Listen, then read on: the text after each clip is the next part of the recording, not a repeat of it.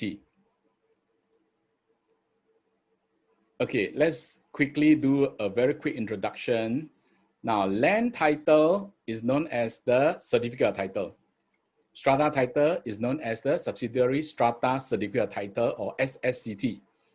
What then is the subsidiary certificate of title, or SCT, used for?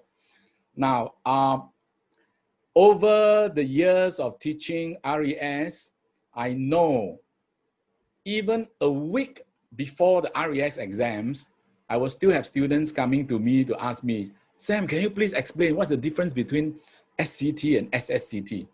So that's why I decided to actually record a series of very short videos so that you can clarify your doubts with me. Now, SCT is conferred upon long leases of airspace.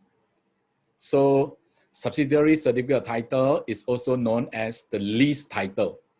So the most common example of a lease title is HDB lease title. And of course, you have JTC lease title. And of course, you have those long leases. Now, when we say long leases, basically, I just want to make a distinction between long lease and short tenancy. Now, tenancies are commonly about 2 to 3 years. So maybe office leases, you have like 5 years.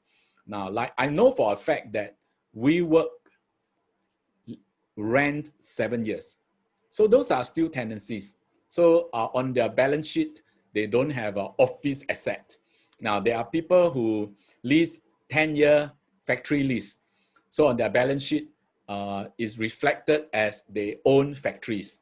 So now, so this is the difference between short tenancy, that means up to 7 years, and long leases that can be 9,999 years, or the common one being 99-year residential leases or 30-year factory leases.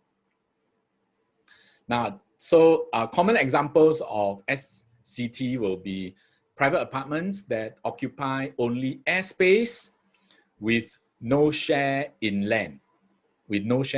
So the more common example will be shop house, on top of the shop house or on top of a shop. Now, on top of a shop house can be an office, and somebody can come in and rent for 10 years. So actually, rent for 10 years, you become the lessee. You become the owner. So I have here that somebody rented a private apartment on top of a coffee shop. So for 99 years. So now, usually they'll do it in the 60s, 1960s. So by now they would have left 30 over year lease remaining on lease, 30 over years remaining on lease. Now, no share in land. That is the main difference between SCT and SSCT. Don't forget, SSCT, you have the subsidiary strata certificate of title. So the word strata means that there is a collective ownership of common property. You need to set up a corporation called MC. Now, but SCT is different. There is no collective ownership of common properties.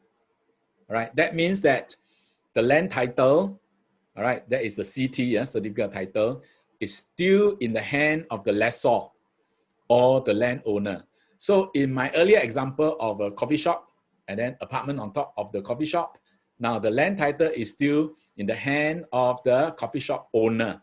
So he's the landowner. So upstairs only own the airspace. Now example, Ministry of National Development leases the entire office component of Jurong East Mall for 30 years. This is reported in the news. Another example will be Factory A sublets a portion of its space to operator B for 10 years. So now, so that will then result in a lease title, because 10 years, you must register your title. If not, then it will be illegal. Now, so later on, I will have videos on tenancy and leases, you will come across equitable lease. Now, equitable lease means what? Means that, okay, you have this kind of situation where two parties, they agree to a lease of 10 years. And then because it's exceeding 7 years, so the law requires the parties to register this interest. So sometimes they don't want to register. They just, maybe the lessee say, no, I just want to have a guarantee of 10 years of usage. I don't want to be the owner and all that. Now, so it may look like it's illegal. So no, you just don't have a registration, but your contract to lease the place for 10 years continue to bind both parties. So therefore, in this kind of situation, it is known as the equitable lease. The equitable lease. So you're not a legally registered lessee, but nonetheless, there's a binding contract before the lessee and the lessor. Okay, so now the next concept I want to discuss will be the holder of subsidiary certificate of title will have the estate in land. Now, so I presume that you have already watched the video on estate in land. Now, if you haven't watched the video on estate in land, you can actually go back to the video on estate in land to understand what is the meaning of estate in land and the right of possession. So what's the relationship between this term? Now, SCT holder, meaning now I'm a lease title. I hold a lease title called SCT. Yeah? Now I am the legal owner of the premises. So what do I do as the legal owner of the premises? I pay property tax. I pay maintenance. I pay insurances. In other words, the lease that I have gone into is also known as the triple net lease. So usually that will be like the 10-year factory lease, for example, or 10-year office lease, for example. So now you still have a lot of these kind of examples in the market. Now registration, like I mentioned earlier, now the law under the Singapore Land Authority, the Land Registration Act and all that, will require long leases exceeding 7 years to be registered. With, of course, Singapore Land Authority, you have the title office there. So because once the lessor carve out such a long lease, is considered subdivision of land. That means a portion of the land that you lease out has become a different set of property altogether.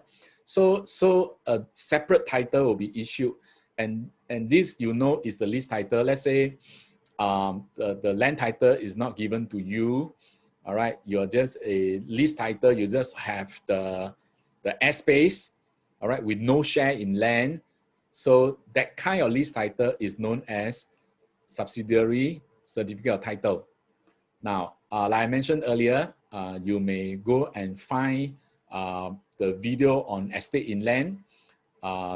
In my proprietary interest video, I also mentioned subsidiary certificate of title. So, this whole series of video is actually also to give you the correct conceptual understanding that a lot of topics, they can stand on their own to form a topic to be tested. But sometimes, in the exam, you will have a scenario question whereby you need to really have the full conceptual understanding to be able to link all the different concepts together. So let's say, like for example, now you have understood SCT, but when let's say earlier you have watched the video on estate in land, you will still want to hear this particular video. So is this kind of linkages that is very important for your overall understanding of the land law subjects. So I hope you enjoy it. Thank you very much.